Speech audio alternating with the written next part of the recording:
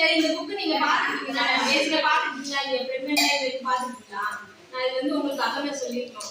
Pregnant ஆக ஒரு lady வந்து பிரெக்னன்ட் ஆகலாம்னா அவங்களுக்கு வந்து 1000 நாட்கள்ன்றது கண்டிப்பா தெரிஞ்சுக்கணும். அப்படி தெரியாம டெலிவரி ஆயிட்டாங்கன்னா அது அவங்க இருக்க அங்கன்வாடி டீச்சர் சொல்லலன்னு அர்த்தம். 1000 நாட்கள் தான் ஒரு பெண்ணுக்கு வந்து ரொம்ப முக்கியமான நாள்னு சொல்லுவாங்க. ஆன் பண்ணி வச்சோமா? அந்த 1000 நாட்கள் என்னென்ன அப்படின்றது நம்ம ஃபர்ஸ்ட் இதுலயே போட்டிருப்பாங்க. இது முக்கியம், ஆண்களை விட பெண்களுக்கு தான் முக்கியம். ஏன்னா நம்ம தான் வந்து ஒரு தாய்மை என்ற ஒரு புண்ணியம் வந்து நமக்கு தான் வந்து சேருது அப்படின்றதால இதை பாருங்க. ஃபர்ஸ்ட் ஒன் வந்து அந்த 1000 நாட்கள்ல 270 நாட்கள் வந்து நம்ம பிரெக்னெண்டா இருக்கிற அந்த 10 மாதங்கள். அந்த 10 மாதத்துல நம்ம என்னென்ன உணவு, நல்ல ஊட்டச்சத்துள்ள உணவு எடுத்துக்கிறத பத்தி தான் நம்ம அந்த 270 நாட்கள் வந்து சொல்லியிருப்பாங்க. என்னென்ன ஊட்டச்சத்து நீங்க எடுத்துக்கீங்க? பேசிக்கா என்ன நம்ம நார்மலா கிடைக்குதே நம்ம பேசிக்கா சொல்றேன். காய்கறி, கீரை, முட்டை, அப்புறம் என்ன சொல்றீங்க, பழங்கள், அப்புறம் உணவுப் பொருட்கள். ரீசனா வந்து ரத்தம் இல்லைன்னா வந்து சுவரொட்டின்னு சொல்றாங்க. எங்களுக்குலாம் அது மாதிரி இன்ட்ரோடியூஸ் ஆகல. இப்ப எல்லாமே போன் எடுத்தாலே உடனே பிளட் கம்மியா இருக்கா உடனே சுவரொட்டி வாங்கி சாப்பிடுங்க அப்படின்னு சொல்லுவாங்க. ஸோ இதெல்லாம் வந்து பிளட் வந்து பேசிக்கா வந்து அதிகமா இருக்கணும்னு அந்த 207 நாள் நமக்கு பிளட் எப்படி இருக்கோ அதை பொறுத்து தான் குழந்தை நம்ம வயிற்றுல வர குழந்தைக்கும் பிளட் சர்க்குலேஷன் ஆகும். ஹெல்த்தியான ஒரு குழந்தை பிறகுனா அந்த 270 நாட்கள் அந்த பிரெக்னன்ட் டைம்ல ரொம்ப இம்பார்ட்டன்ட். செகண்ட் வந்து கொடுத்துருக்காங்க 180 நாட்கள். அந்த 180 நாட்கள் எதுக்கு?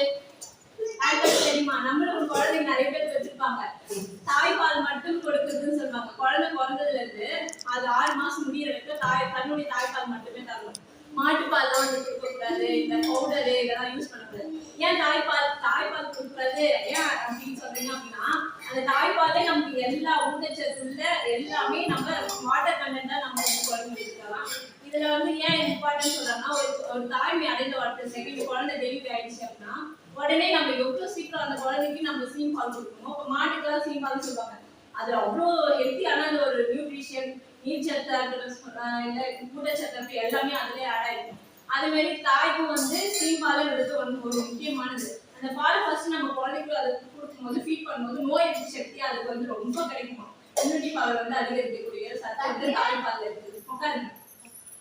இந்த தாய்ப்பால் வந்து கொடுக்கும்போது நிறைய பேர் சொல்லுவாங்க எனக்கு தாய்ப்பால் கிடைக்கல. ஏன் கிடைக்கல? நம்ம கரெக்டா குழந்தைக்கு ஃபீட் பண்ணலன்னு அர்த்தம். தாய்ப்பால் கிடைக்கும்னா அதுக்கப்புறம் ரெண்டாவது என்னன்னா, நம்ம அந்த டைம்ல கரெக்டா சாப்பிட்டுக்கல. ஆப்ரேஷன் பண்ணியிருப்பாங்க. ஆப்ரேஷன் பண்ணியதுனால அந்த குழந்தைக்கு வந்து பால் கிடைக்காது. ஏன்னா அவங்களுக்கு வந்து சேர்ந்ததுனால நம்ம சாப்பிட்டாதான் நம்ம ஃபீட் பண்றது பால் சொல்லுவோம். அப்படின்ற பத்தி அது ஒரு 3 நாள் கொஞ்சம் அது அப்படிதான் இருக்கும். 6 நாள் என்ன பண்ண நீங்க ஃபீட் வந்தாலும் ஃபீட் பண்ண பால் வந்து சொல்ல ஆரம்பிச்சு நம்ம சாப்பிடும் போது அது வந்து லிக்விடா மாறி பால் தான் வரும். அடுத்து மீன் இருக்கிற 550 நாட்கள். தேர்டு அந்த 550 நாட்கள் 6 மாதம் முடிஞ்ச உடனே நம்ம அன்பாடி ஏற்று அன்னப்பிரசன்ன வாஸ் இப்போ பவுல் கொடுத்து இன்ட்ரோடியூஸ் பண்ணோம் இல்லையா, அது மாதிரி ஒரு பருப்பு சாதமோ கேரட் அப்புறம் இட்லி இதெல்லாம் மசிச்சு அந்த பருப்புலேயே சேர்ந்து கொடுப்போம். நம்ம நிறைய பேருக்கு இப்பெல்லாம் நம்ம சொல்லவே தேவை, எல்லாருக்குமே அவேர்னஸ் இருக்கு. அதனால நான் பேசிக்காவே சொல்லிட்டு போயிடுறேன். இதெல்லாம் 6 மாசம் முடிஞ்ச அந்த குழந்தைங்க வெறும் நம்ம துணை உணவு கொடுப்போம். அதாவது கொஞ்சம் கொஞ்சமா ஒவ்வொரு ஸ்டெப்பா கொஞ்சமா ஃபர்ஸ்ட் என்ன தருவோம், நம்ம பருப்பு இட்லி இது மாதிரி தருவோம். செகண்ட் வந்து பழத்தை ஆட் பண்ணிப்போம். பழம் கொஞ்ச நாள் போனோடனே பழம் சாப்பிடுவோம், ஏதாச்சும் மசிச்சு கொடுக்குற.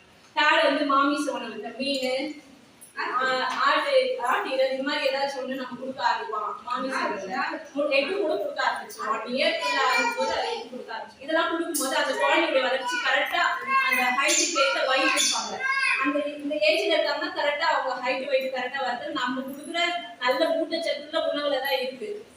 அம்மா வந்து ஃபீட் பண்ண அவங்க வந்து கொஞ்சம் ஒல்லியா தான் ஆவாங்க. அவங்களுடைய எனர்ஜி தான் குழந்தை ஃபீட் பண்றதுனால அந்த டைம்ல 6 மாசம் முடிஞ்ச அந்த 7ஆம் மாசம் வரைக்கும் 7ஆம் மாசம் ஆரம்பிக்குது இல்லையா, அப்ப உங்க தாய்ப்பாலும் தரணும் பிளஸ் இணை உணவும் தரணும். தாய்ப்பாலை எங்க கொண்டு நிறுத்தவே கூடாது. உங்களால எந்த அளவுக்கு என்ன 2 வருஷம் ஆயிடுச்சு 1 வருஷம் ஆயிடுச்சு இன்னும் நான் பால் கொடுத்துட்டு இருக்கேன், குழந்தை நடக்குது, ஏன் இன்னும் பால் கொடுக்குறேன்னு கேட்பாங்க. ஆனா நம்ம அது காதுல வாங்கிக்கூடாது. நம்ம குழந்தை நம்ம வந்து நம்ம உடம்பு எப்போ ஒன்னாலும் இம்ப்ரூவ்மெண்ட் பண்ணிக்கலாம். ஆனா அந்த ஏஜ் தாண்டிடுச்சுன்னா குழந்தைக்கு தாய்ப்பால் கிடைக்குமா? கிடைக்காது. அது நிறைய பேர் நம்ம படிச்சவங்க யோசிச்சு அந்த குழந்தைக்கு ஃபீட் பண்றத கம்மி பண்ணாம கண்டிப்பா கொடுத்துட்டே இருக்கும். நம்ம அதே மாதிரி ஏதாச்சும் கஷ்டம் இருந்தாலும் அந்த குழந்தைய வச்சுட்டு அது பண்ணனா அது குழந்தைய தாக்குமா? நிறைய பேர் தெரியுமா? இது நம்ம கத்துவோம். நம்ம பெரியவங்க அந்த ஒரு மைண்ட் தாட்டோட குழந்தைக்கும் ஃபீல் போயிட்டு ஏதாச்சும் ஒரு சின்ன சத்தம் கூட டக்குன்னு அலறுமா குழந்தைங்க. ஏன்னா அந்த அளவுக்கு பயம். நம்ம ஃபீட் பண்றதுல எந்த அளவுக்கு தாய்மை அரவணைப்பு இருக்கோ அந்த அளவுக்கு குழந்தை ஹெல்த்தியா இருக்குமா. இது வந்து பேசிக்கா இந்த டைம்ல குழந்தைக்கு 2 வயசு வரைக்கும் இந்த 550 நாட்கள் முக்கியம். அந்த டைம்ல பாத்தீங்கன்னா நல்லா ஹெல்த்தியான ஒரு உணவு இருக்கணும். இப்ப எதை தெரியல ஏதாச்சும் நான் பிரீஃபா நான் ஒரு டைம் எக்ஸ்பிளேஷன் பண்றேன். நான் 1000 நாட்கள் பத்தி தெரிஞ்சுக்க இன்னொரு நாளைக்கு நான் பிரீஃபா சொல்றேன். தேங்க்யூ.